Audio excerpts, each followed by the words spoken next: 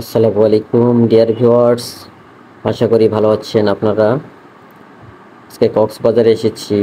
কক্সবাজার আসলে এমন একটা সমুদ্র সৈকত, আপনারা সকলেই নাম জানেন, এবং বিশ্বের সবচেয়ে বড় সমুদ্র সৈকত এই কক্সবাজার, যেখানে আসলে আসলে সত্যি ভালো লাগে। ভালো লাগাটা অন্যরকম। এত ভালো লাগে আর কোথাও এরকম ভালো লাগে কিনা জানি না। অনেকবার এসেছি কক্সবাজার, আর যারা আসতে পারেনি তাদের মনের মধ্যে একটা আশা থেকে যায় এই কক্সবাজার ঘুরে বেড়ানোর জন্য।